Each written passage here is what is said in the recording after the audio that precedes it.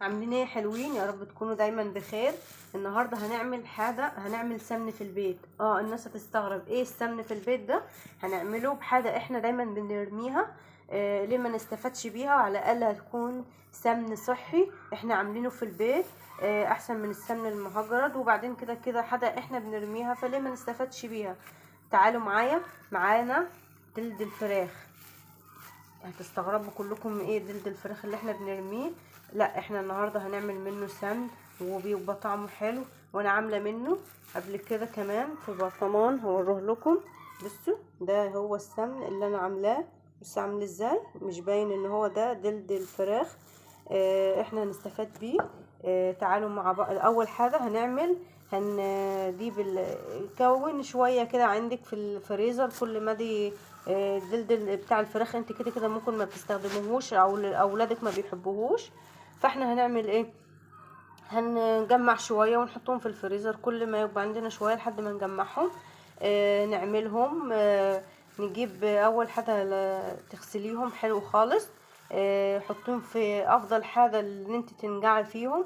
حط شويه خل، معلقتين خل وليمونه ومعلقتين دقيق وميه، ودوبين مع بعض وسيبهم شويه في النقع دول، بحيث كل الزفاره وكل الريحه اللي مش كويسه في الفراخ تنزل.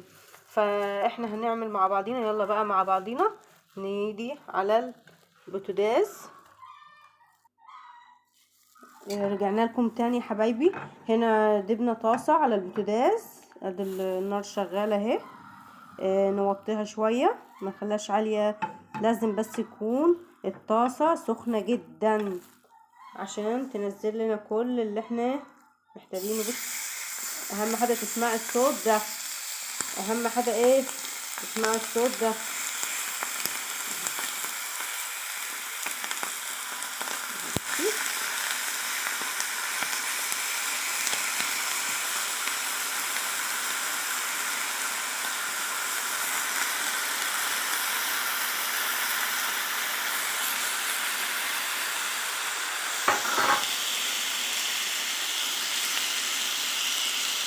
كل ما بس الدهون بتنزل اهي.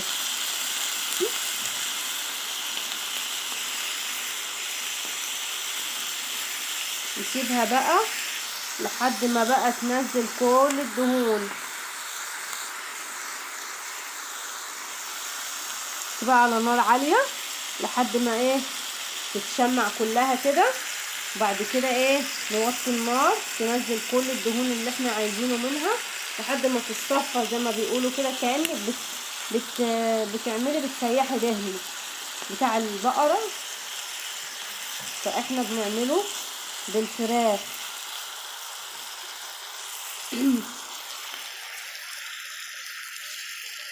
هسيحه وارجع لكم تاني.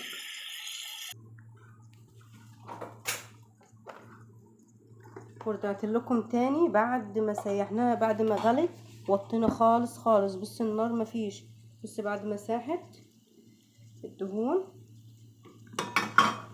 بصي، ولازم تغطيها علشان جلد الفراخ ما يفرقعش لا قدر الله في وشك ولا في اي حاجه. فاحنا لازم نوطيه بعد ما تغلي اول غلوه كده، وتلاقيها خلاص سخنت عشان ما تنزلش ميه ولا حاجه. بص موطيه النار خالص خالص. بص عامله ازاي النار مش باينه ان هي. بص اعليها لكم لا تفتكروا ان انا ايه مش مشغلاها اصلا اهي. بس انا كنت موطيها خالص خالص، يعني بص زي الشعلة كده، عشان السمن ما يطلعش لونه غامق، يبقى لونه فاتح. بصي ده خلاص كده. بصي نشف ازاي الدهون. بصي لو صوتها، بصي هطلعها عشان سخنة جامد. وممكن تحط لها بقى عشان يبقى ريحتها حلوة، حطي مستكة، حطي حبهان ورق لورو. انا حطيت مستكة ولورو اهو كمان في الاخر، بس شويه عشان ما يبقوش ريحتهم ايه يروحوا، يفضلوا ايه موجودين. بص الجلد بيبقى عامل ازاي، مقرمش ازاي. بص السمن هكبهم لكم برضو في برطمان واوريكي شكله عامل ازاي.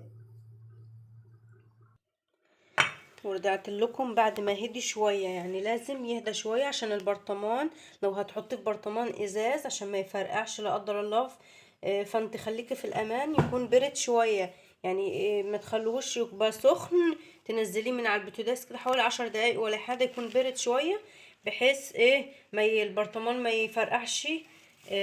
فخليكي في الامان لما يبرد خالص. بصي شكله برضو انا عايزه اوريهولك كمان عشان مش عارفه ايدي ماسكه الكاميرا. بصي عايزه اصفهولك برضو قدامك علشان ما تفتكريش ان انا عاملاه من وراكي. بس عامل ازاي يعني. بصي هصفيه في البرطمان وارجع لكم تاني. بصوا كنت هكبه لوحدي بس قلت اوريه لكم علشان المصداقيه تبقى كامله، بس عشان انا خايفه انا حطيت طبق بحيث لو يتكب في الطبق. بصي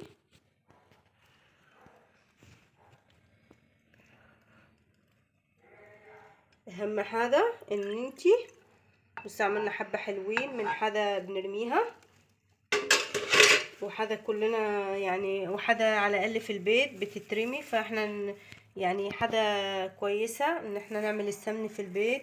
على الأقل احنا ضامنينها هنحط وحاجة بسيطة، والزمن اللي احنا فيه ده محتاجين ان احنا نوفر اي حاجة. بص هعمله واسيبه هجمدوه لكم واوريكم شكله لما يتجمد.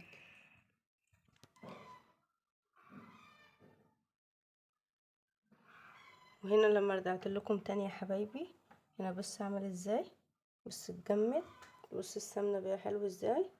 كمان كل ما تقعد في التلاجة تتجمد اكتر او من بره اديها وقتها، بس انا عشان اوريها لكم ما اديتهاش وقتها برضو. بص حلوه ازاي من جوه. بصي عايزه اجيب لك معلقه واوريكي شكلها من جوه.